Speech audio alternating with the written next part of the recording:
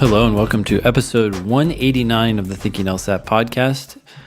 Today I am in Wilmington, North Carolina. I'm Ben Olson, and with me is Nathan Fox I'm in Los Angeles. Made it back last night. Yeah. Sweet. You got back from New York? I was just all over the place, man. It's been it's been wild. As you know, I tried to make it out to the UVA event and then got screwed on my flights and couldn't make it. So anyway, after long travel drama, I am back home and very happy to be here. Cool.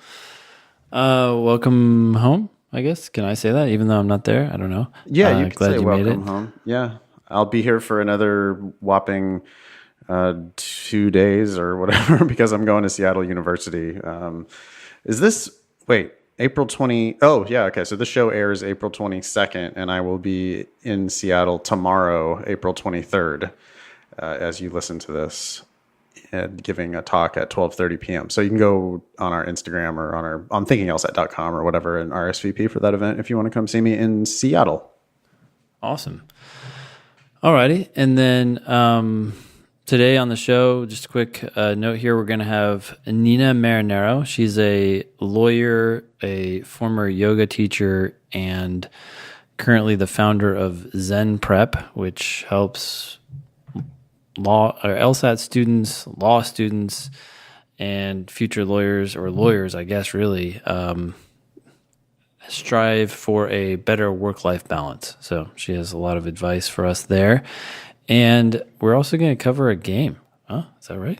Yeah. I didn't realize that. Okay, or a game from the June 2007 LSAT. Cool. You can always email the show at help@thinkinglsat.com. Send us your selfies if you're so inclined. You can always listen to the show on Spotify, Apple Podcasts, YouTube, Stitcher, thinkinglsat.com, which is about to get a facelift. If you are so inclined, please leave us a review on iTunes. It helps a lot to spread the word about the show.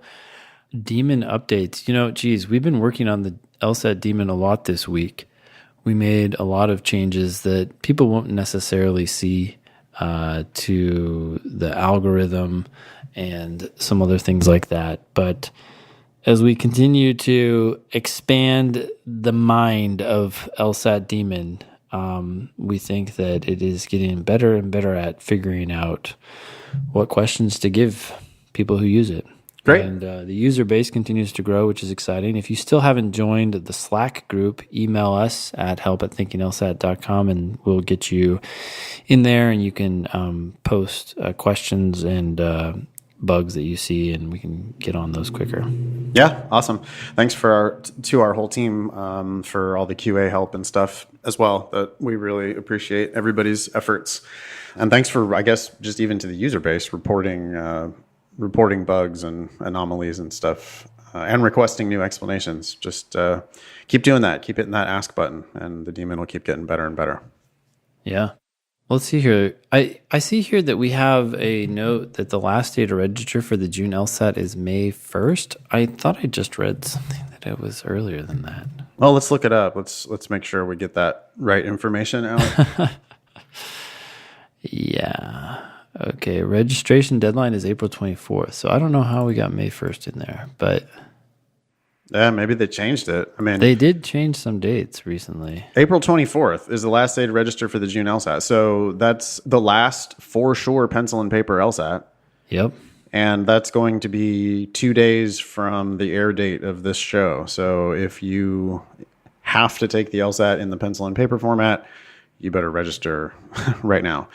Not that it's that big of a deal, right? We've said this a million times, but if you're worried about the conversion to digital, you're worried about the wrong thing. It's just not going to be that.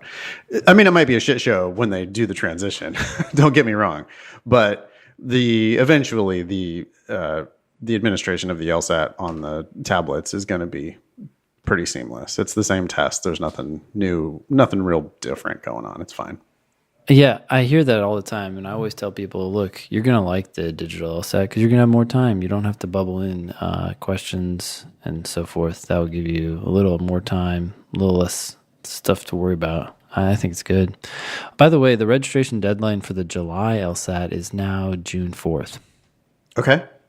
So May 1st has no meaning whatsoever anymore. But Okay, cool. Okay.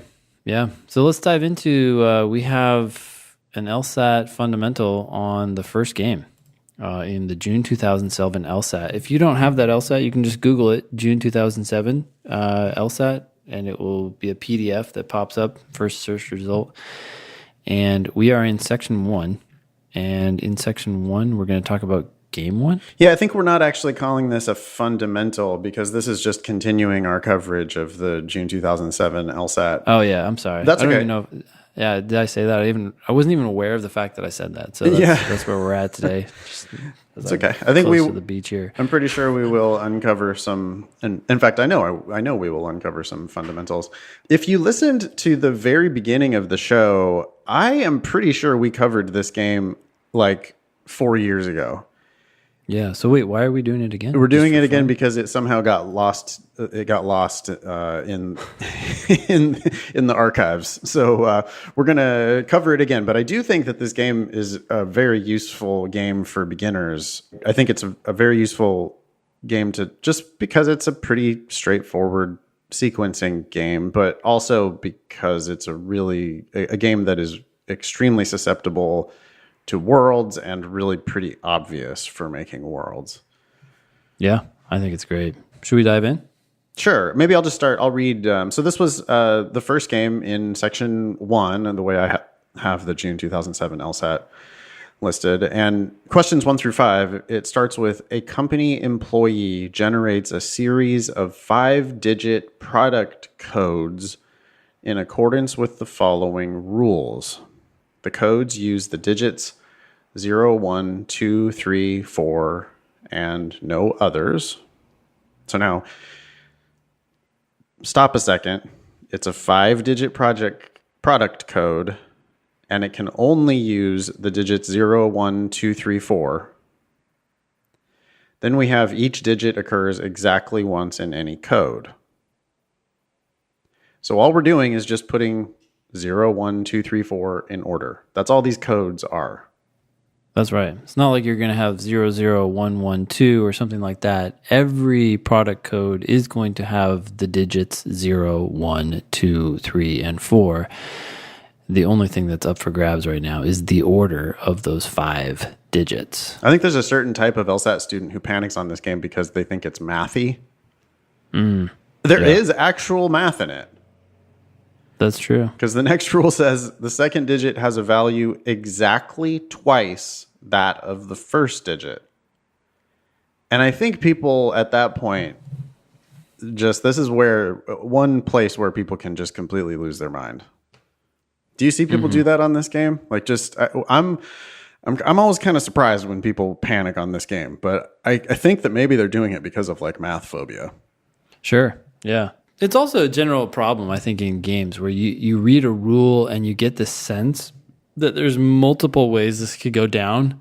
And the reality is that there's only a small handful, right? Like you're like, oh, wow. So the second digit has to be exactly twice that of the first. Like I know what that means, but there's so many different things that could be twice that of the first. It's like, yeah, but we only have 4 digits here, or 5 digits. And how many of them could be exactly twice that of another? It's like I also think that when people are a slave to the LSAT dogma of like writing down each rule, they now are getting caught up in like, okay, how do I write this like second digit 2x first digit or whatever, they've got all these weird hieroglyphics and symbols and bullshit on their page. They start pulling out algebra. It's like x equals yeah, they do 2x. Wait, y equals y equals 2x. Oh, but but the first so yeah, and it's like, okay, hold on.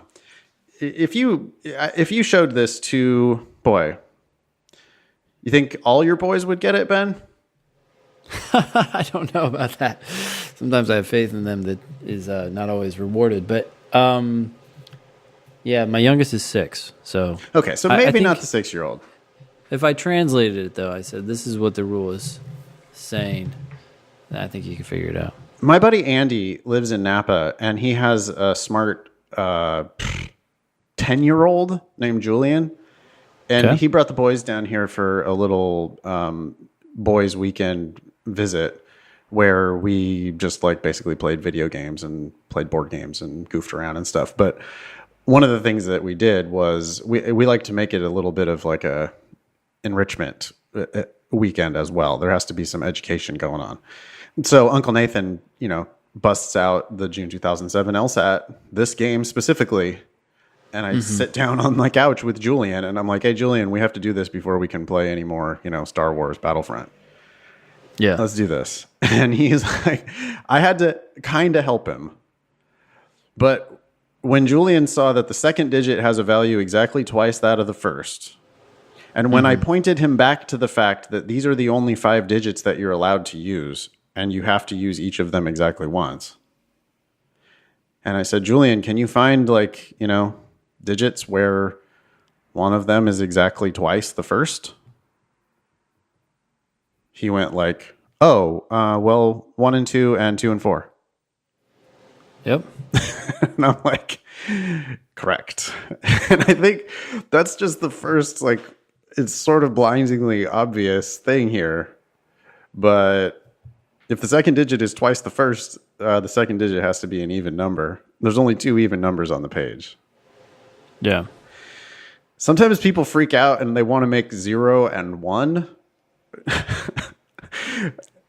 a eligible product code start. Yeah. I don't know what to say to that. I'm like, wait a second. You went to college, which means that you went to high school, which means that you went to junior high. How do you possibly think that 0 and 1 is not twice 0? No. Yeah. So, sorry. So in this game, I think ideally for me, the first thing that would go on my page is just 1, 2, blank, blank, blank, and 2, 4, blank, blank, blank. Yep. Literally the first thing I would write, I think, is that. Yeah. Because it's just like, I want to make worlds. So what that is 2 worlds. A world where I have a 1, 2 as my first 2 digits. Yep. And then I have another world where I have 2, 4 as my first 2 digits. It's sort of like, duh. I don't need to write down the rule about how the second digit has a value exactly twice that of the first. I just bake it right in to a solution that has 2 worlds. It's either every eligible product code has to start with either 1, 2 or 2, 4. That's the only way to satisfy that rule. So let's just write that down. Yeah. And I think everything just gets so much easier from that point. We're not even done reading all the rules yet. The last rule says that the third digit has to be less than the 5th. Yep. And now, given the fact that you've created a world where 1 and 2 is the first 2 slots, and another world where 2 and 4 are the first 2 slots, you just have to look at each world one at a time and figure out, okay, wait a sec here. We only have 3 options left. So in the first world, you have 1 and 2 in slots in the first 2 slots, which means you have digits 0, 3, and 4 left. So if the value of the third digit in the product code is less than the value of the 5th digit, you know that the third digit cannot be 0 or 3. I'm sorry, it can't be 4, because then it would automatically be higher than everything else that's left. So it's got to be 0 or 3. And since there are only 2 options, I would split this world into 2 subworlds, one in which 0 is third and one in which 3 is third. Okay, I love this. Tell me, I've heard you in class that we've taught together, I've heard you say you have like a couple questions. It's like, what do you know and what's left or something like that? Yeah, so one thing that I repeatedly ask myself, and I guess I'm even doing it here and I wasn't totally aware of it, and that is that when I'm in a situation and I'm trying to decide whether or not I'm done making inferences or doing work, is I'm first going to ask myself, well, what variables are left? And so in this first world, we used up digits 1 and 2, and there are 3 slots left. And so there must be 3 digits that are left. And I'm just wondering what those digits are.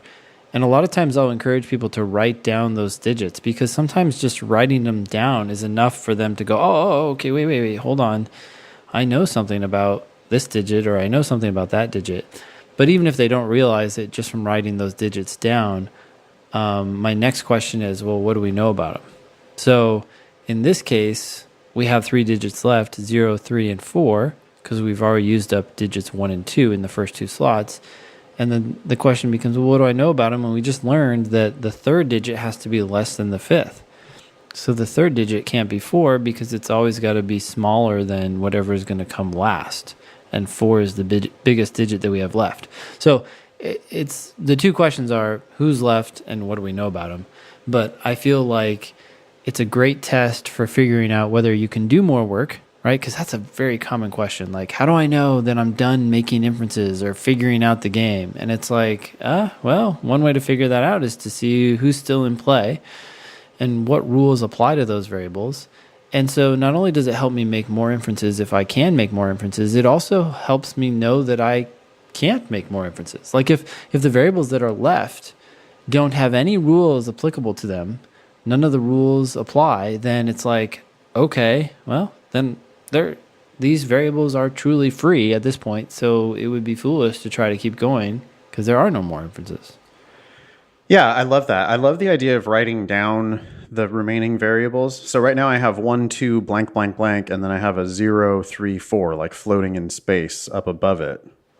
Yes. And I do think sometimes when I'm, yeah, go ahead. I was just gonna say, I think that helps me to see that, like, okay, so, the 4 won't work in the third spot because the third spot has to be less than the fifth spot. So yeah, clearly it's going to be 0 or 3. Yeah. And so now you're making a choice that you want to split that, huh? I like that.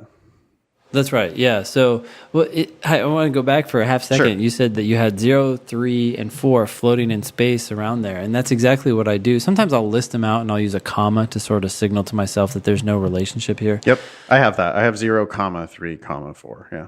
Yeah. Like, it's funny because it's a small thing, right? Like, just list them out. Just write down who's left. And people are like, I don't know. You give advice sometimes in class and maybe like 2/3 of the class does it and the rest just kind of sit there. And it's like, okay, well, cover up those 3 variables for a half second and now try to work with, now try to do this. And it's just like, it's not impossible. But you have to at some point pull those pieces out from your mind. Why not just have them there in front of you so you can move them around like on a game board? Yeah, and you're accessing like there's these sort of visual spatial operations that we're doing all the time subconsciously. And now your brain is sort of like doing that work without you even trying to do the work. It's just like, 0, 3, 4 right there. Oh, okay, I see. Your head can sort of shuffle them around once you can see them.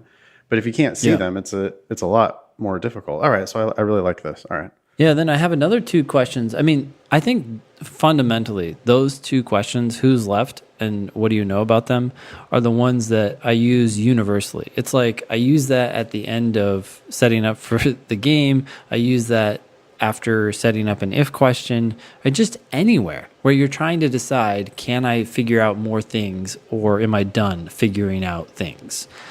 But this next question relates specifically to worlds, and that is, okay, I see here that 4, because it's the biggest number left, can't go in the third slot. Yep. That means either 0 or 3 goes there. And so I could write 0/3 in the third slot, say, hey, this slot has to be either a 0 or a 3. Yep. It can't be a 4. But I like to ask myself, okay, wait a sec. How many options do I have? And how helpful would it be to make assumptions about each of those options? So here, for example, I have 2 options. I can either put 0 in the third slot or I can put 3 in the third slot. So how many options do I have? I only have 2. Sometimes you have like 4 or 5 or 8. It's like, and the fewer options I have, the more likely I'm going to start going down those 2 different paths.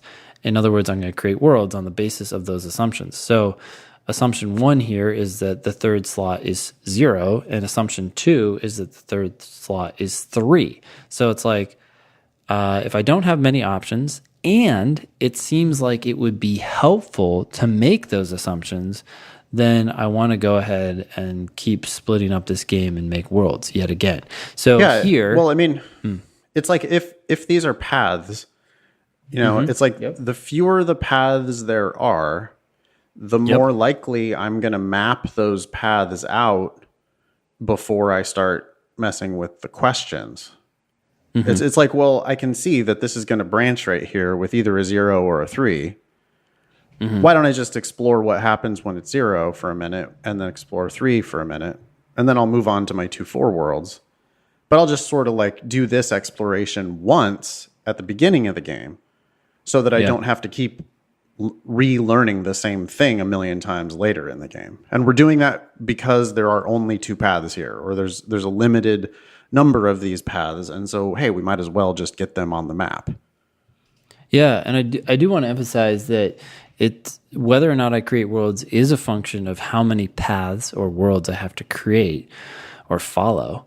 But it's also a function of how helpful those paths seem like they will be, right? Like sometimes people, I think at first, they hear me talk about, oh, how many options do I have? How many paths do I have? And it's like, oh, well, you have 2 paths, therefore you should always do it. It's like, no, like, I mean, some paths just aren't that helpful. Like, you know that T has to be first or second, but knowing that T is first or second doesn't tell you anything else. So walking down that path ends up being a fruitless exercise. But like on other occasions, there might be 5 paths. And it's like, geez, well, that's so many, you shouldn't do it. And it's like, yeah, but if you go down each of these paths, you can see right away, you're going to know another thing. It's like, maybe tunnels is a better analogy. It's like you're walking down a dark tunnel, but if you start walking down it, are you going to start seeing the light at the other end of the tunnel? If so, maybe you should just go ahead and walk down those 5 tunnels and then see how the game is going to unfold. Love this. Okay. In other cases, it's like, yeah, I start to walk down that tunnel, but it's still dark. So what was the point of walking down it in the first place? Yeah, the good example of the dark tunnel is, hey, S can go first or last. And it's like, yeah, but if you make those 2, if you start exploring S first, nothing happens. It's just complete darkness. And if S is last, it's just complete darkness. Well, then that's probably not the best place to split. Like, that's just not the way we want to start mapping this all out. On the other hand, if S first and S seventh did things, if you started to see that, oh yeah, well, that's going to trigger this and that's going to trigger that and that's going to do this other thing, then okay, it might be worth mapping it out. All right, so how do we do this then? What's the next step here? In the 1-2 world, we know that 0 or 3 can go third. Yeah. So how do we do this? So I'm going to go ahead and I'm actually going to, so we have two diagrams, right? One in which 1 and 2 are first and second, and one where 2 and 4 are first and second. I'm going to take the one that has the 1 and 2 first and second, and then 3 empty slots after it. And I'm just going to draw the same thing to the right of it. I mean, you could do it immediately below it if you wanted to. I'm doing it below because I really want to keep my codes vertically stacked with each other. I purposely left a bunch of space in between my 1-2 world and my 2-4 world for that reason. Sure, that's fine. Yeah, I mean, that's great. Out to the as right, long as it's organized, right, and like systematic, and And if I just find that with games like this where I have sequencing, if I can vertically stack all my worlds, it ends up there are certain question types where it'll just be like, what digit can't be 4th? And if I have it vertically stacked, then I can easily just scan down my list of 4th, and I can tell, oh, whoops, okay, yeah, there's somebody who can't be 4th. Yep. Okay. Yeah, that's an excellent point. So we have 1 and 2, and then 1 and 2, and they're on top of each other. So in the top one, I probably would have 0 be third, and in the one immediately below it, I'd have digit 3 be third. Okay. So I have 1, 2, 0, and then 1, 2, 3. With blank blank after both of them, right? So 1, 2, 0, blank blank, and then right below that 1, 2, 3, blank blank. Yep. And in the world where I always go to the low hanging fruit. So in the world where it's 1, 2, 3, and 3 is third, you know that the last digit has to be 4, since it's the only digit that could be higher than 3. Okay, so we just write 4 right into the 5th spot? Yep, we write 4 into the 5th spot, and now we only have one variable left, that's 0. So that has to go in the fourth spot. Right. Okay. And then in the top world, do we need to split that again? No, we don't actually. So in the top world, if you're stuck, you'd say, wait a sec, there's 2 slots left. Who's left? Who's left? We have 4 and 3. Yep. Right? And the only rule that's still in play, that might be in play, Yep. is that the 5th digit has to be higher than the 3rd digit. Yep. And regardless of whether we put 3 there or 4 there, it's going to be higher. So we can't violate this rule, which means the last 2 digits can go in either of the empty slots. No matter what, we're going to follow the rules. That means that there are no more inferences to be made. I would go ahead and write 3 and 4 into the 4th and 5th slots. Yep. I would just have an arc going over them so that it shows that they can go back and forth. Yeah, an arc between the 3 and the 4, or I like to think of it as a handle. It's just like you can flip flop using that handle. So, okay, cool. Yeah, great. So 3 and 4 are going back and forth. And now I would go down to the 2-4 world, right, that we had originally, and do the exact same thing. In the 2-4 world, we have 2 in slot 1, we have 4 in slot 2, and then we have 3 blank slots. And we know that the 3rd slot has to be smaller than the 5th slot, and the 3 remaining variables are 0, 1, and 3. So 3 can't go in the 3rd slot. It's the highest digit that's left. Yep. And so it's got to be 0 and 1. So we'd have 240 blank blank, and then 241 blank blank. And one thing that happens is with these games is that it might have taken you a minute to do your 1-2 worlds. Yes. But when you move on to the 2-4 worlds, you're going to realize that, I'm just doing the same shit over and over. And it'll like your knowledge of the game increases, and then your speed with which you're able to complete this map also increases. So 240 blank blank and 241 blank blank, where do we go? Where's the low-hanging fruit? The low-hanging fruit is the 241 world, because if 1 is in the 3rd slot, then the only variable that could go in the fifth slot is 3. So I'm going to put 3 in the 5th slot, and then that's going to put 0, the remaining variable, in the 4th slot. Yep.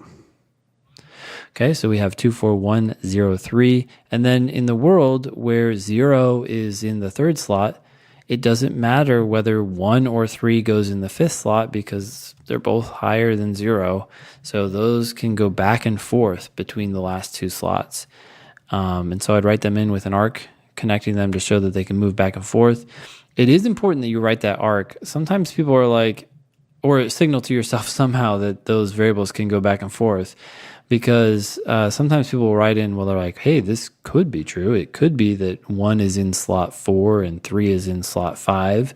And it's like, yeah, although that could be true, since that doesn't have to be true, you've now constrained your game in a way that it doesn't need to be constrained, and that's going to limit the number of options you can see that are available. Good. Okay, so we have our 4 worlds, and they are complete. Random side note, given the fact that there are 4 worlds, and 2 of them are completely determined, right? Yep. We have 2 worlds that aren't completely determined, but they only have 2 options each, because the variables are either going to be 3-4 or 4-3 or 1-3 and 3-1. So that means there are only 6 total ways that these variables can be arranged in this game. That's it. Yep. Question 1. Given the fact that the worlds are very complete, I would jump into the questions. The first one says, if the last digit of an acceptable product code is 1. I'm going to stop right there. Yep. I almost never read after the comma. And I would look up and I would say, okay, which worlds could possibly end with a product code of 1? And there's only one world that could do that. Yep. And it's the world that says 240 blank blank. And in the blank slots, we have options of putting in 1 and 3. And so we could go ahead and put 1 last, which would then put 3 into the 4th slot.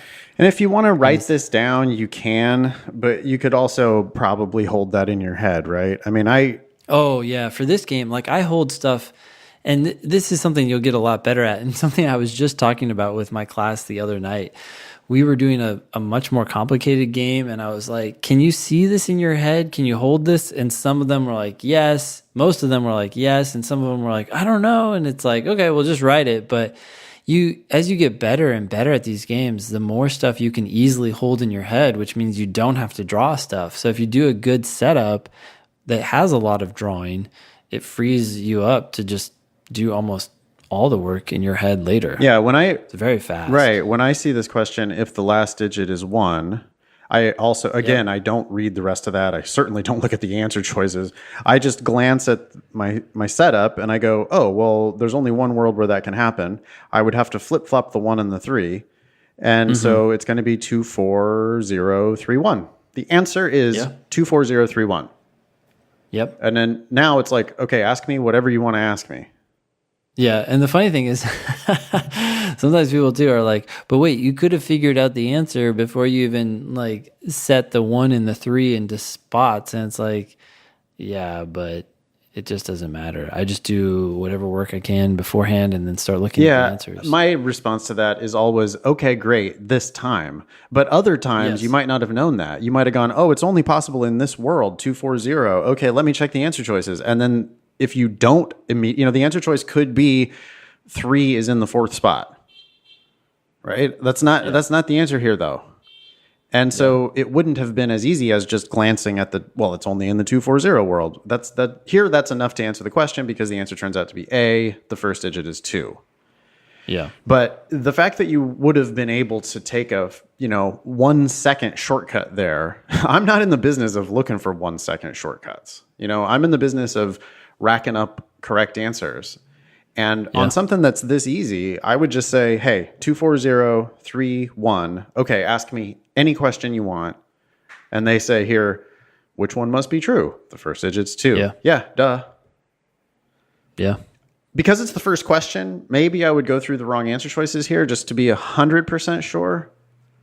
Yeah. So 24031, does the second digit have to be 0? No, it can't be. Yeah. Third digit 3? No. Fourth digit 4? No. Fourth digit 0? No. I guess the answer is A. Yeah. I'm on the right path. Okay, cool. Yeah. Funny thing, Nathan, I actually have to hop off pretty soon, but I think the thing about worlds is now that we have these done, this is going to go so quickly. Yeah, let's just jam through them. This will be easy. Yeah. Okay. So the second question starts with which, and normally I skip to the if questions, but I find that when my worlds are so complete, like these worlds, where I can just see every possibility and I'm confident that I can see them, I just tend to do the questions in order. I agree. So I'm like, all the work has been done. Okay, so here, question 2. Which one of the following must be true about any acceptable product code? Okay, what must be true about all of them? A, does it have to be true always in all of our worlds that the digit 1 appears in some position before the digit 2? Scan down. I see that not happening in at least 2 of the worlds, so that answers wrong. Yeah, 2 can be first. Goodbye. Yep. B, the digit 1 appears in some positions before the digit 3. Nope. Question number 1 talked about what happens if the last digit is 1. Yep. So I guess that actually gets rid of both A and B. Anyway. Yeah. If you're not paying attention, right? Yeah. C, the digit 2 appears in some position before the digit 3. That happens in the first 2 worlds and in the last 2 worlds. Yeah, if the only possible starting combinations are 1, 2, and 2, 4, then I guess that means the 2 is always before the 3. Yeah. That's the answer. Moving on. Question number 3 says, if the third digit of an acceptable product code is not 0, which one of the following must be true? Okay, well, if the third digit is not 0, that's going to put us into 2 of our worlds. Yep. The one that says 12304 and the one that says 24103. Yep. So which one of the following must be true? It's going to be true about both of these worlds. In both of these worlds, does the second digit have to be 2? No. In both of these worlds, answer choice B, does the third digit have to be 3? No. Answer choice C, the fourth digit is 0. Yeah, that's true in both of these worlds. So that's the answer. Yeah, 12304 or 24103. Fourth digit 0. That's the answer. C. Moving on. Moving on. Okay, question number 4. Any of the following pairs could be the third and fourth digits, respectively, of an acceptable product code, except. This is a good example of, were you going to say the vertical orientation? Them, right? Yep. Yeah. Yep.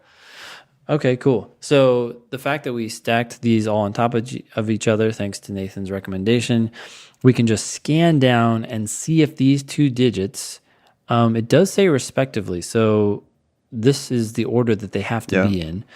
Could they go into slots 3 and 4? So if you've been following along and drawing this, this will be easy. If you're listening in your car, don't worry about it. But answer choice A, 0 and 1. Could we ever have that? Yeah, we could in our third world, or at least my third world. So that answer choice is wrong because that could be true.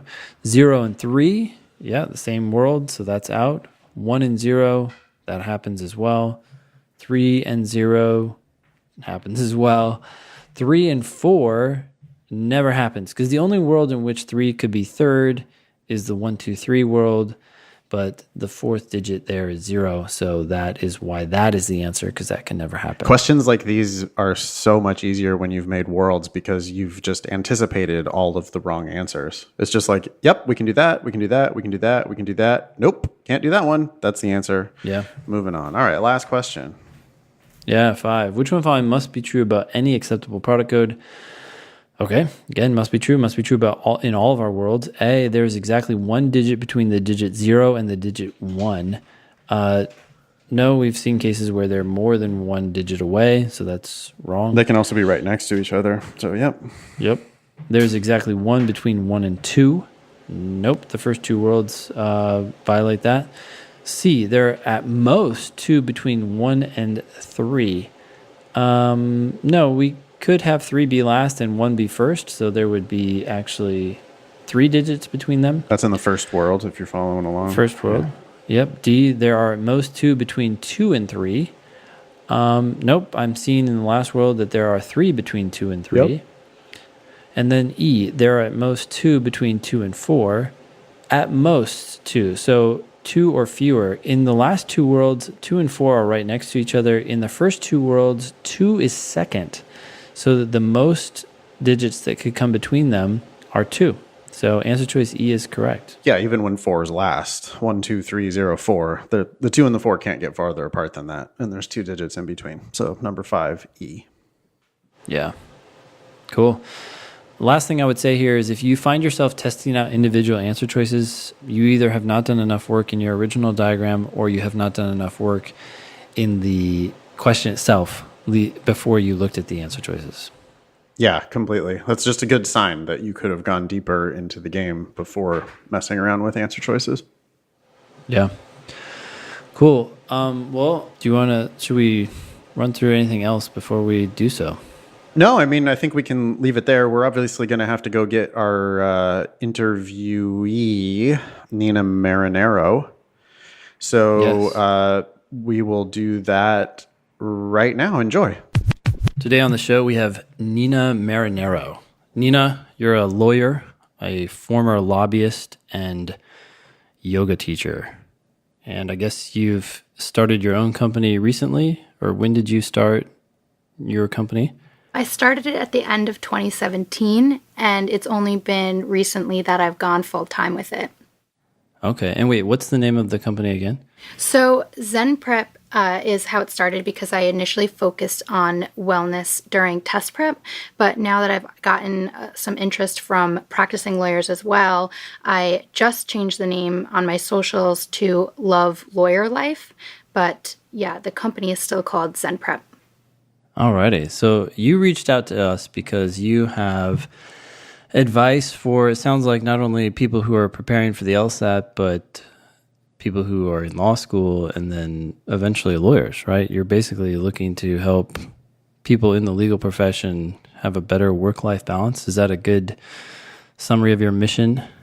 Yeah, of course. So I've just, throughout my journey, and I've noticed that I did things a little bit differently, starting with when I started studying for the LSAT. And I always balanced studying and being quote unquote productive with my substantive work, with also taking care of my health, my rest, and just my hobbies.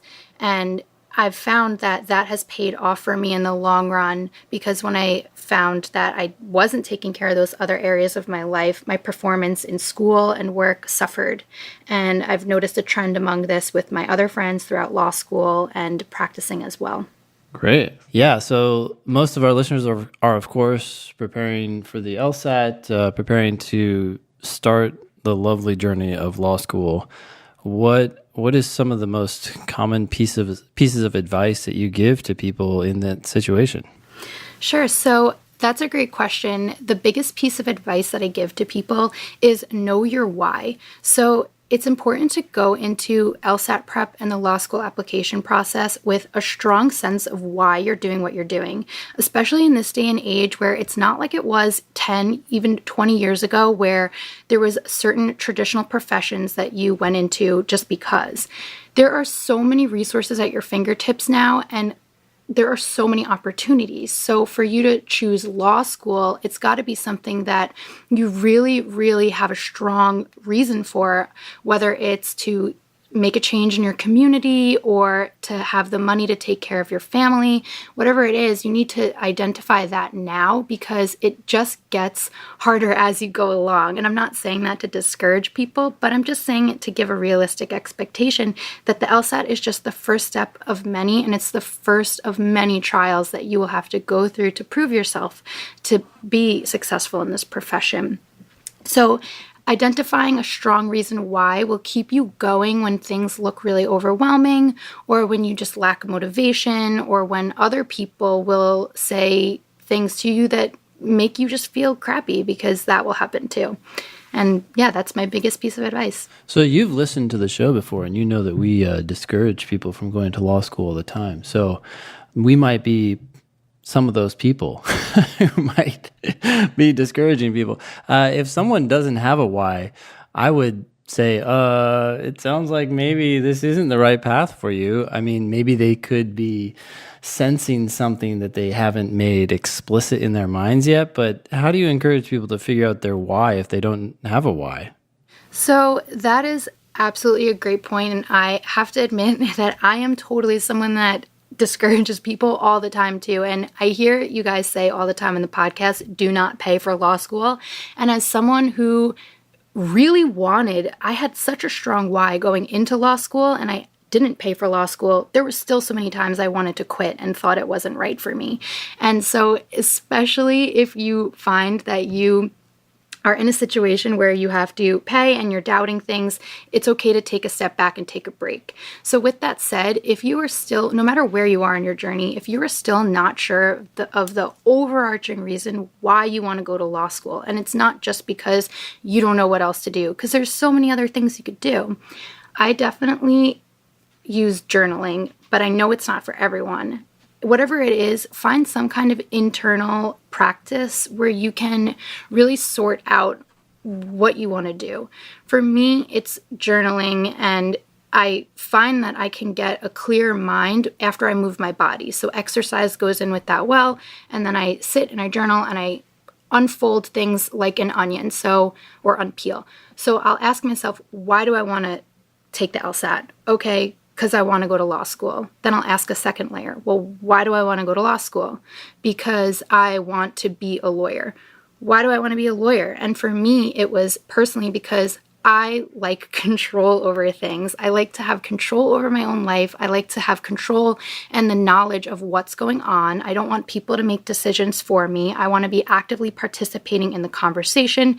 I want to know what I'm reading. I don't want to get taken advantage of in my life. And even if I never practice law again, the education I have will only help me because I will be that much more business savvy in whatever I do. So for me, that was my why, but it took me a lot of really digging deep to unpeel that, because it's not necessarily something that you can admit right away. If it's something like, oh, I just am a control freak, and most of us probably can relate to that. But, a lot of people have bleeding hearts and they want to go to law school because they want to give back to their community or they want to go into politics. But whatever it is, you just need to sit with yourself, and journaling has been that that means for me. It's interesting that you talk about those whys. I think a lot of times when people ask why and then they ask why again and they dig deeper, they have to be honest with themselves, because at the end of the day, sometimes the why is just, oh, I want to do this because my father will look approvingly upon it. It's like, okay, well, at least admit that to yourself. And then figure out if that's really a motivating, like a reason that's good enough to go. And will that get you through all of this that you have to go through? And probably not. And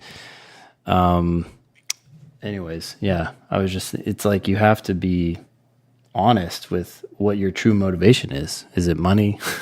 What is it? Right. And so I can tell you that once you get into law school, it's a totally different game, because you will get there and you'll notice how little people try. Like, it was astonishing to me how much I was type A going into law school, and then all of us kind of, by 2L a year, you kind of just start to just go through the motions. And the people that were the most unhappy and the people that were just going through the motions and they weren't joining organizations, they weren't building their network, they weren't putting themselves in positions to have a successful career after law school, were the people that didn't know their why. They didn't have a strong attachment to why they were going to law school. They spent all this money to take the LSAT and to, maybe it was their second career and they felt like they just needed to do something else, but they were just going through the motions and they were still trading their time for money. And, I could tell you that in this job market, you're always going to be giving more time than you'll be getting back. So it's really something that is important to figure out before you go in and before you make all those sacrifices. Because another thing I talk about a lot on my channel and in my community is the high rate of depression and drug abuse and substance abuse and drinking that the legal profession has. And I've seen a connection between the amount of people that just, they're working all the time and they don't know why, and they don't have any kind of feet on the ground in terms of their personal lives. They're just pouring everything into their professional life for they don't even know what reason. And so it is important to know that there is a highly disproportionate amount of people in the legal profession that suffer from mental illnesses, if you want to call it that, or it might just be substance abuse in some cases. It's like what came first, the chicken or the egg, but it's a reality. Yeah. So wait, you are no longer a practicing attorney, is that right? This is what you do? Yeah, this is what I do. I actually, when I was in Oregon, I was practicing, I was working as a law clerk because I wasn't admitted in Oregon, but I was working for a lawyer there. And I do sometimes do some work on the side. I have people that come to me to help them start their businesses. And I do a lot of help for startups and for people in the wellness sphere. I help them organize their company structure and things like that. And I've had a lot of friends who have come to me with advice for contracts. I have a lot of friends who do freelance. So I still maintain my license and I practice. I would say that's my part-time job now. And as much as I'm a complete advocate for work-life balance, I have to admit that last year, January 2018, I completely burnt out and I left my job at this really powerful lobbying firm in the city because I didn't have a day off in 3 years.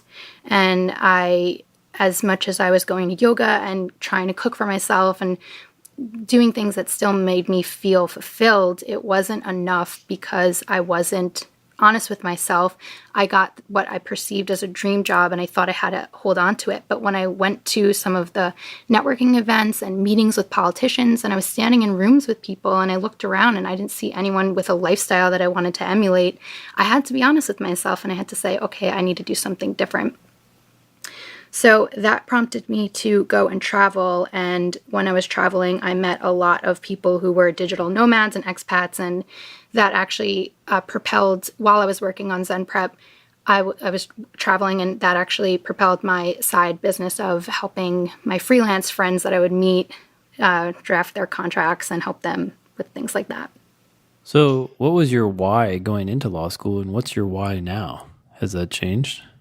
Yeah, absolutely. So I was one of those people who, in my 6th grade yearbook, it said, "What job do you want to be?" And my name said lawyer. And my first word apparently was no when I was a kid. And I'm a first generation lawyer. So my whole family growing up, they knew I was very type A. They knew I was really organized, and I loved to give my 2 cents, and I loved to, have the last word for better or for worse. And so it was kind of always assumed I was going to go to law school. I loved history in high school, and I studied philosophy in college, and I didn't know why law school. I just didn't know what other options there were. I saw my friends graduating from college and getting degrees in quote unquote business, and I didn't know what that meant. I didn't know what jobs were out there. I didn't know, especially in today's day and age where there's digital marketing and you have the internet at your fingertips. Not that I didn't, but social media, like you can see what other people are doing. And so I just went to law school because it was the guaranteed next step. Like everything was unfolded for you. It's actually a really easy path if you look at it like that, because everything is outlined for you. So if you don't know why, it's very easy to fall into that trap because it's such a clear path for people. But I fell into the trap, but I also got a full scholarship offer, so it was a no-brainer. But then once I was in law school and I saw my other friends making money already that weren't in law school, and they were doing all these cool things, and they worked in all these cool New York City companies that had corporate wellness days, and they all went to happy hours, and they had these clients take them out to these cool events, I started to question, why am I committed to this career if it's not the day-to-day life that I want? Because the day-to-day life includes fielding a lot of phone calls from really angry people, whether it's your client, opposing counsel, your bosses, bankers, real estate agents, whoever it is. You're always going to have to be the bearer of bad news and the person to receive the bad news. So that was not really, for someone who's as happy-go-lucky as me, it was kind of a bummer every day. And the day-to-day also included sitting down a lot and not getting up and out there and having stiff necks and stiff backs. And, I'm 25 years old at that point. That's the last thing I wanted to be complaining about.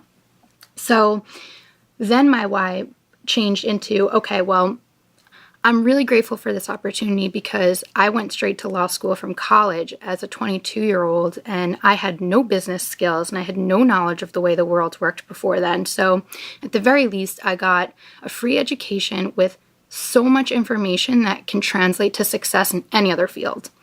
And then my why became looking around at my friends and my coworkers and seeing their lifestyles and seeing how they wished that they could do other things, but they always dismissed it as, oh, well, I can't go to the gym, or I can't, I wish I could do that, or I wish I could go hang out with my friends, but or I wish I could go travel, but, we're lawyers, we can't. And so my why became showing people that just because we chose this field does not mean that we're not entitled to developing a sustainable and successful career and lifestyle. We can build work-life balance just because we're in this profession. The law is a very slow-moving and outdated field, and a lot of things we do are very antiquated, but we can catch up. And so that's why I changed into trying to promote work-life balance for my colleagues and myself. Yeah. Okay. So you basically didn't have a good why when you went into law school, and maybe that's why you're encouraging people to figure that out now, right? Yeah. Yeah. Well, and that's exactly kind of what happened to me. I really didn't even have a conscious why or any reason other than I think some family members had been lawyers, and I thought, oh, okay, well, that seems like something I could do. I think I literally made the decision over 5 minutes. It's embarrassing, but But that's the way it is for most people, Everyone gets thrown in there thinking and being told their whole life, oh, you should be a lawyer. You're so smart. You're so good at convincing people. And it's those people that tell us those things are the people that don't want to fight with us, or they're sick of hearing our opinions. So they want us to go to law school to meet other people we can be around that are kind of the same, That's what I found. Sure. Yeah. Well-meaning advice that's unfounded or ungrounded in anything. Yeah. Nathan, do you have anything you want to chime in here on. On this issue of whys, I want to know if there are good whys and bad whys, or better whys and worse whys. I don't really believe so. I mean, like, I'm not the one to judge that. And that's a question of morality as well. And, whoever the judge is, it ain't me. But I do have to say that, like, even my friends who their why is so strong and it's not a why I would relate to, like, they just love power and they love making a big, powerful impact in our laws, and they love, money, and they love that idea, the traditional idea of success. They are successful and they are happy, but those are people who are so strongly committed to the work that they're doing and the clients that they're working for that they don't care that they're working all day, every day. Like, they don't care that that's their whole life. Like, they're happy doing that, but not... They get energy from that. Yeah. Like, my best friend from law school loves that. She is so committed to her job, and we used to work together. And we had a brief falling out when I left because it was, she brought me in there and it was supposed to be like our dream job together. And it was at first, but then I was being honest with myself, like, I couldn't keep up with that level of work and that rate. But, I'm still so happy for her because she is just succeeding at such an exponential rate. Like, but she loves that. And, now we found our differences bring us together, but yeah, you have to be honest with yourself, and she's totally doing her thing and she's so happy and she's doing really well financially as well. But you got to know what you want. You earlier mentioned a why that was like support my family or something like that. That's what prompted my question, because I just think we get a lot of, with law specifically, I think we get a lot of people who just sort of, they think that's why, but they don't, I think that maybe they just don't really understand the difference between what you just talked about, Nina, which is a good why. I love money. I love power. I know what I'm getting myself into. I'm going to go kick ass and be a law firm lawyer, is one thing. But I think this is a good career so I can support my family, is, I think, something that people say without really knowing what they're doing. Does that make sense? Yeah, and that's a really good point. And as soon as you brought that up, I had like a flashback to one of the first firms I worked at and one of the partners there. And he was this nice middle-aged guy, and he had a wife who we went to law school with and 2 daughters. And his why, because then his wife, like, after she had the kids, she never went back to work or practicing. So he was the full supporter of their family. And I don't know if that's fully what he signed up for, but I'm also not one to like pry into his business. But at the same time, I saw how stressed he was, and I saw how much he would flip out, and he would just sit in his office with the lights off, and he was very visibly like distressed and depressed at work, and he would just take naps in the middle of the day. And that was the type of firm where I worked at until our mandatory hours were 9 a.m. to 7 p.m. Like, that was our 5 p.m. We cannot leave before 7 p.m. No vacations the first year, no benefits or anything like that. And he was one of the partners there. And like, right after I left there, I heard that he actually, they broke up the partnership and he went to go be an associate at a different firm because he just couldn't handle that pressure and that stress anymore. And he wanted to just go back to just having less responsibility. And so I get how his why was so strong. He loved his family so much, and he was the sole breadwinner for his family. But really, like, situations change and things change in your life. So you do need, everyone wants to support their family financially, but you need to have some kind of attachment to the actual work itself. And so that's why I definitely recommend people take a gap year. I didn't take a gap year, but go work at a law firm, see what it's like day to day, because it's not what you see on TV. It's not what you see in the newspaper with the crazy politics that go on right now. I think it was an article in the Above the Law that said politics are always changing, but law school debt is forever. And that resonated with me so hard. So, it's just, you have to have an attachment to what you're doing, the actual day-to-day operations, Okay, so that why does need to be specifically related to like legal practice or some sort of a law career path specifically, not just this is a good path, like this is a good career. There's doctors and lawyers. Like I want to be one of those, and I couldn't make it as a doctor, so I'm going to just be a lawyer. Right. Oh my gosh. That's not a why.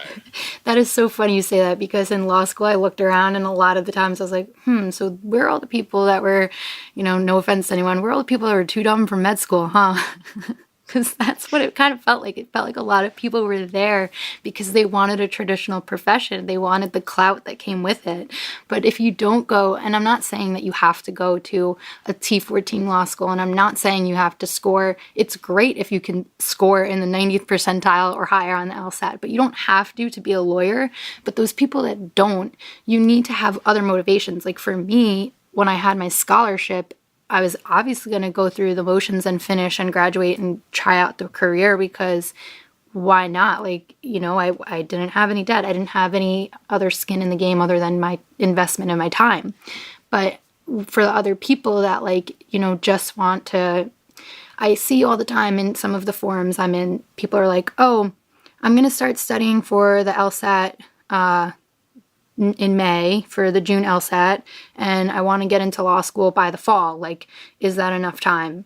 And I mean, sure, you can get into a law school, I'm sure. I don't know about the timing necessarily, but you can get into law school if that's what you really want. But do you have to? Why do you have to go right away? Why do you have to just go in and, just take whatever grade you get the first time and accept whatever? You don't have to take no for an answer, and you don't have to take the schools you get accepted into the first time as the end all be all. Like, if it's something you really want, you should try your best, because it will pay off later on if it's something you really want. But if it's not something you are really committed to and you're just gonna get into any law school, then you're probably setting yourself up for disappointment, because there are so many other careers you can go into that require a lot less time and money as an investment.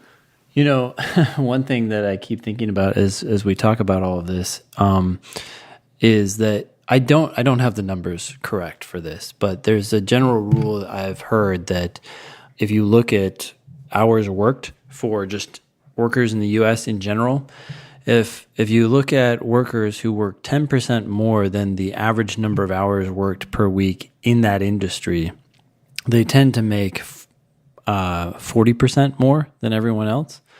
So, it's not like you're working a lot more, but you work more than everyone else around you, and you end up taking in a lot more of the rewards of that work. And I'm thinking about lawyers, and it seems like that difference is even more pronounced. I mean, you're talking about your friends who love what they do, and they work long hours, and I don't think they care that much on some level, because they get energy from doing what they're doing.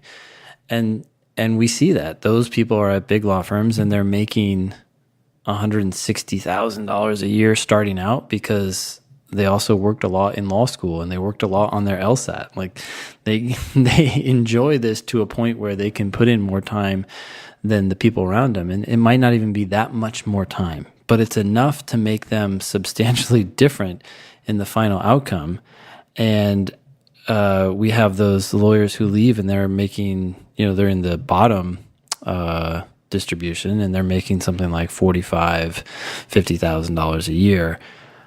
In any case, I mean, I think that just reflects this, and I don't know how much of this is a chicken egg problem as well, but if you go into this and you love it, this is the place for you, and you're going to do very well. But if you don't, you're not going to do very well, and you're either going to be miserable or you're going to leave. I mean, one thing that they say at law firms too is it's either up or out, right? You either keep going up the ladder and become a partner, or you leave the firm eventually. And it's it is such a structured path. Like, that's one thing that you were saying too, is that you go there and the whole process is kind of all laid out. You have to get your first semester grades, and then you get a job that summer, and the job that you get that summer increases your likelihood of getting a similar job at another firm the next summer. And depending on how well you do well that job over the summer, you may get hired by that firm. It's all very structured. And if you like what you're doing, then you're going to thrive in that predictability and that structure. If you don't, it's just like one battle after another. You have to force yourself through the LSAT. Then you have to force yourself through law school, and then force yourself through memos until 1 a.m. And you said that the attorneys deal with substance abuse. I feel like when I took my ethics classes to take the bar or something, I felt like one of the classes talked about how among working professional white collar jobs, lawyers actually suffer from substance abuse more than any other white collar job.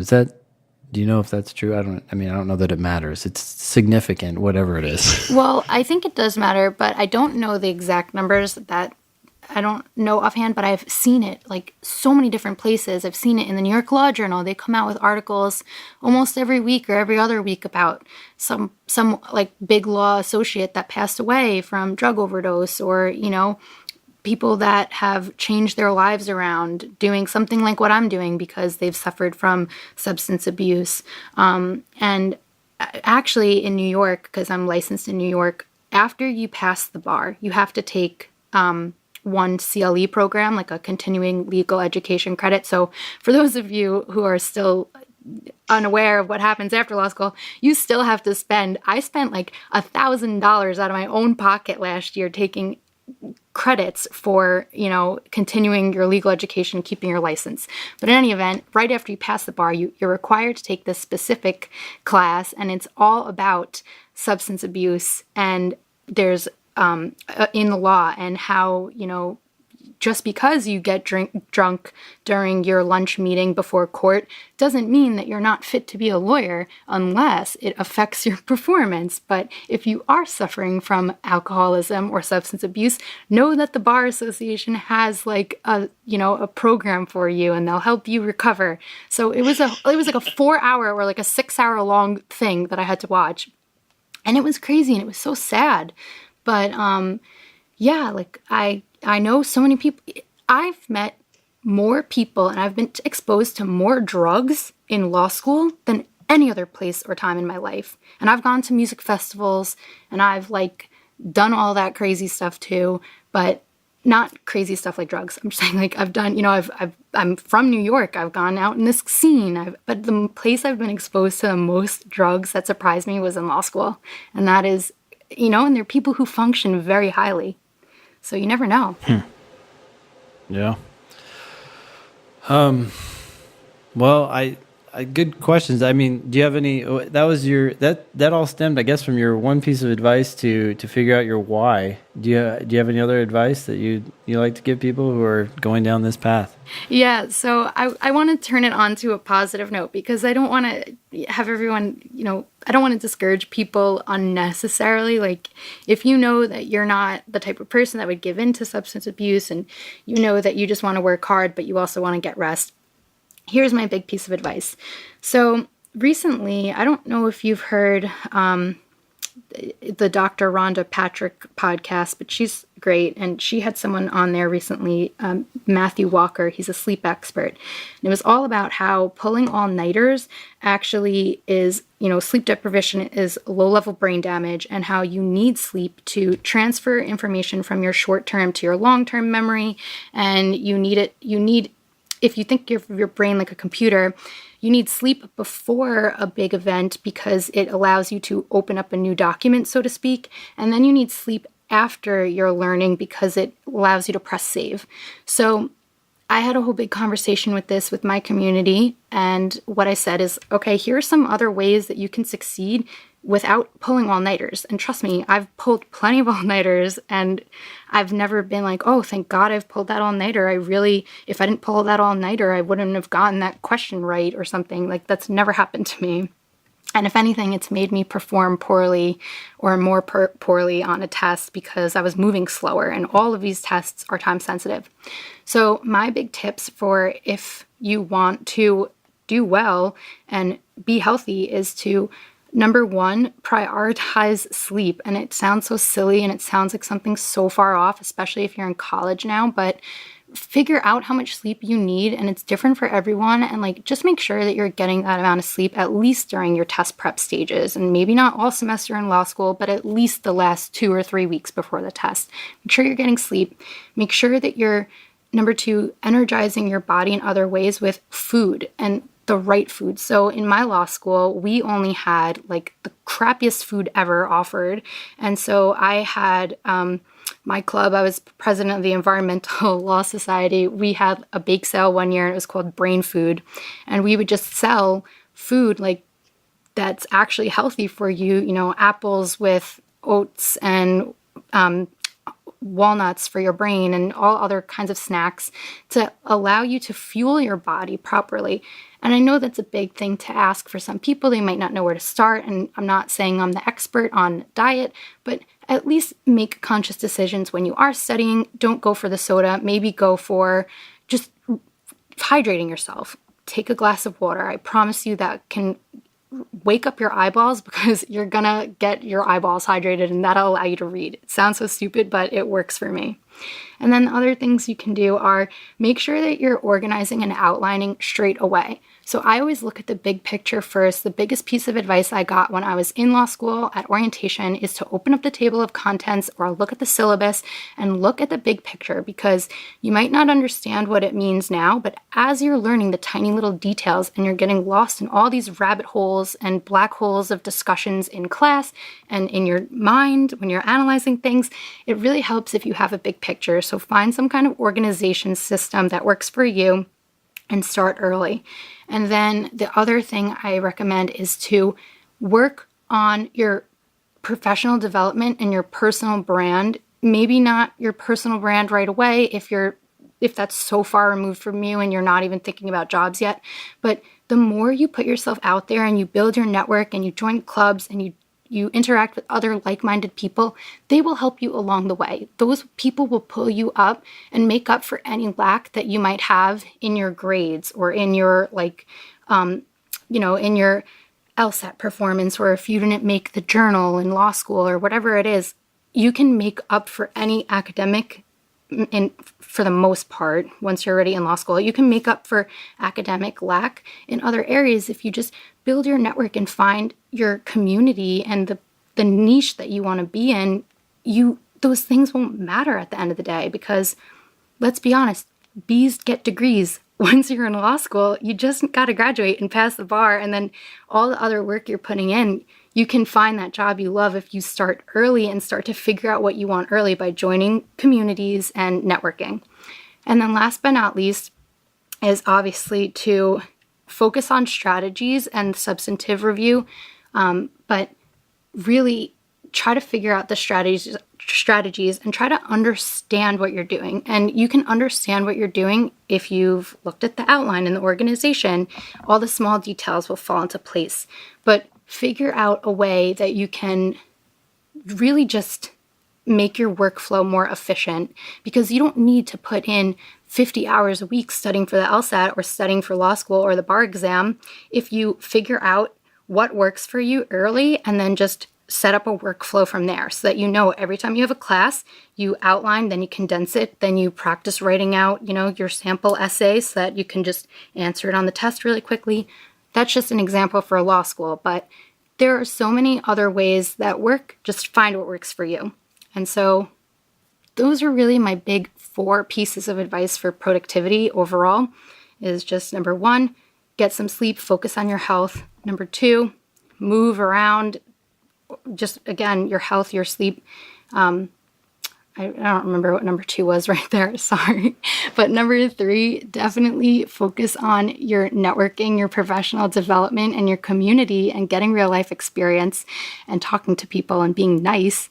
And then number 4, then you can worry about the substantive work and the strategies and everything like that.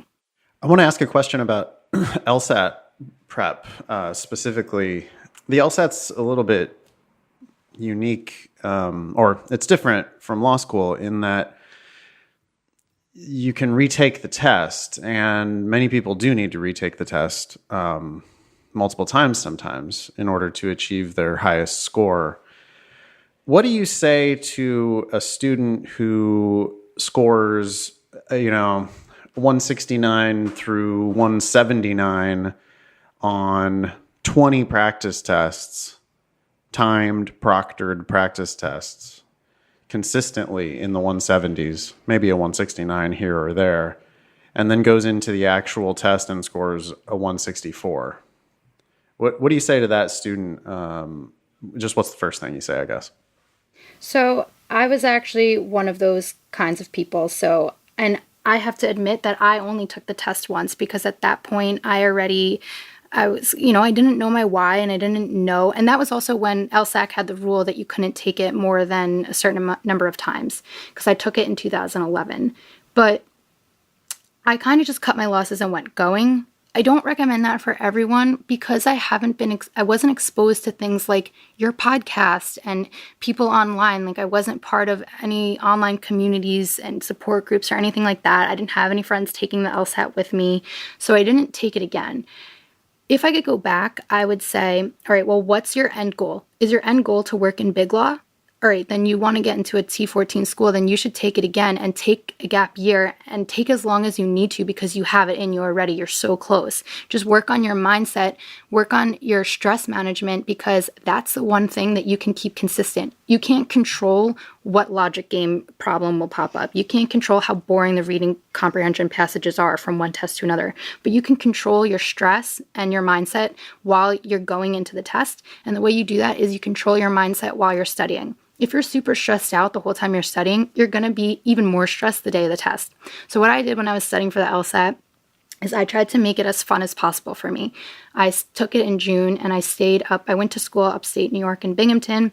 I started studying maybe in like February, and then after finals in May, I stayed up in my apartment where no one else was, and I just went outside and I studied outside, and I like took breaks every 3 hours to go to the gym, or I worked part-time at a pizza place, and I just like made it my own really selfish time, and it was really fun, and I look back on that time fondly.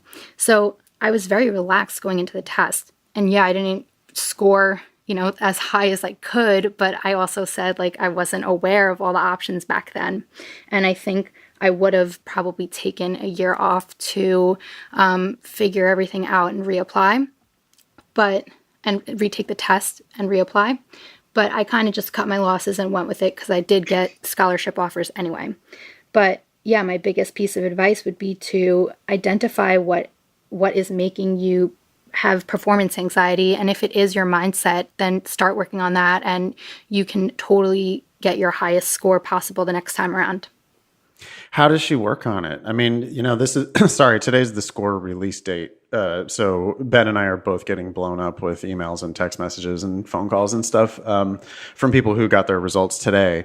And it's like this day is always the same for people in our position because we get a whole bunch of really great outcomes and we get a whole bunch of really shitty outcomes, and we can't really predict who's going to be who because there's just so much randomness in it. But this student, I did notice while she was preparing that she beats herself up a lot about her bad performances. And she's going to take it again. I mean, I'm going to talk her into taking it again in June and taking it again in July if necessary. That was the plan from the get-go. And so I'm not worried. I think she just needs to take it again and again if necessary. But she's just like, I don't know what happened. I don't know where I went wrong. Maybe it was because I got so nervous. So how does she not get so nervous next time? I mean, the test will be here in another couple months. Does she have any concrete tips for her to how to get rid of that anxiety?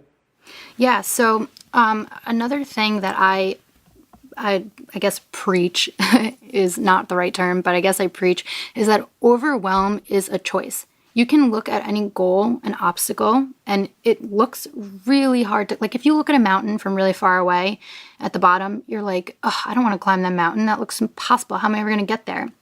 But then after you start hiking it and you go one step at a time and you just tackle the next path, okay, I'm going to do the switchback now or whatever it is, eventually you get to the top and you're like, oh, that was not as hard. And when you broke it down into bite-sized pieces, it was not that overwhelming. So you have to look at every obstacle as an opportunity rather than just something to overwhelm you, because if you're getting overwhelmed, you need to come back to your why. You need to calm yourself down and remember why you're going through this, because at the end of the day, if she doesn't want to be at one of those big law firms, then does it really, really matter if she gets a 174 versus a 169? She can still get a full scholarship to a ton of other really great schools. And if she wants to go into, being a prosecutor, or if she wants to be in legal aid or something like that, some kind of public service, your time is also well spent networking and giving back and volunteering and things like that, because those kinds of skills breed really great prosecutors and great public servants as well.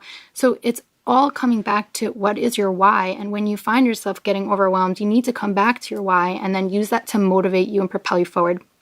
My other piece of advice would be to not go extra hard the second time around. Don't think that working your way through it is necessarily the best thing to do, because that is probably the problem that got you there in the first place. So I would say focus on taking breaks.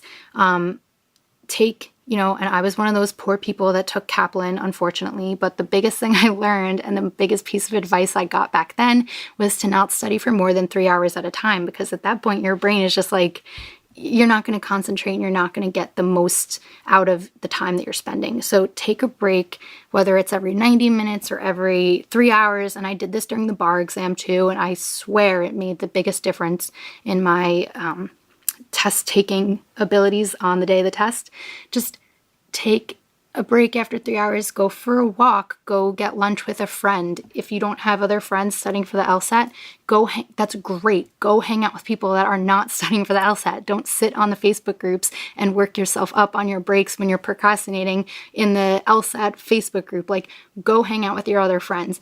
My best friend at the time I was studying for the bar exam was making jewelry. So I would go over to her house with something like a question set that was easy to grade at 9 o'clock at night. And we would have a bottle of wine, and she would make jewelry and I would do my work, and we'd like casually talk, and things like that actually helped me in the long run, even though it kind of sounds like, oh, what is she doing? Drinking wine while studying, hanging out with her friends? Like, no, figure out things that will make you pull away from the rabbit hole that you can go into beating yourself up and overanalyzing everything. Because I promise you, if you get into that habit now, it's only going to get worse. You're only going to find that again in law school when you're going through your 1L classes and trying to think of, the answers in civil procedure, and when you're in your first year at work and you're trying to figure out the answer to the research question in your memo.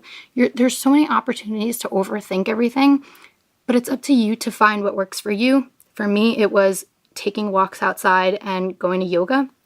And for other people, it might be playing guitar or, going away for the weekend or something like that. So you just got to find what works for you to pull yourself out of it, and find those other friends and other people that will pull you out of your studies. Don't just surround yourself with people that are doing the same thing as you. Awesome. Yeah. Well, thanks so much for coming on the show, Nina. Well, how can people reach you and learn more about what you have to tell them? Great. So thank you so much for having me also, by the way. I am a huge fan of your podcast, and I really appreciate what you guys are doing. And I just wanted to say before I give my information that what you guys are doing with the LSAT Daemon is so huge, because it really will promote more work-life balance, I think, amongst LSAT students, because they will have the app, just at their disposal, at their hands, so that they can do it very easily and it's accessible. They can do it, in between things, and they can work on their time management in a more efficient way. So I really appreciate the way and the direction that you guys are going. With that said, my information, you can go to my website, which is zenprep.org, zenprep.org, or you can connect with me on LinkedIn. My name's Nina Marinaro. And also on Instagram, the handle is love.lawyerlife, because I am trying to make everyone love their life as a lawyer, because it is possible. You can build a sustainable and successful career if you build the habits now. It's so much easier, because you won't get into those habits of beating yourself up, overworking, overthinking, and then looking back in 10 years and saying, oh gosh, where did my youth go? So Yeah, that's pretty much my message. And thank you guys so much for, everything that you're doing. Yeah, thank you. Beautiful. Thanks, Nina, again for being on the show. Yeah, I don't know, how much of this do we need to run through, Ben? Let's see. If you want to find our events, go to Thinking LSAT on Instagram. You can learn more about my courses at strategyprep.com and Nathan's at foxlsat.com. Our joint project, of course, is the LSAT Demon at lsatdemon.com. That continues to grow every day, and it's exciting to see that. That was show number 189. Thanks all y'all for listening. Nice knowing you. Don't pay for law school.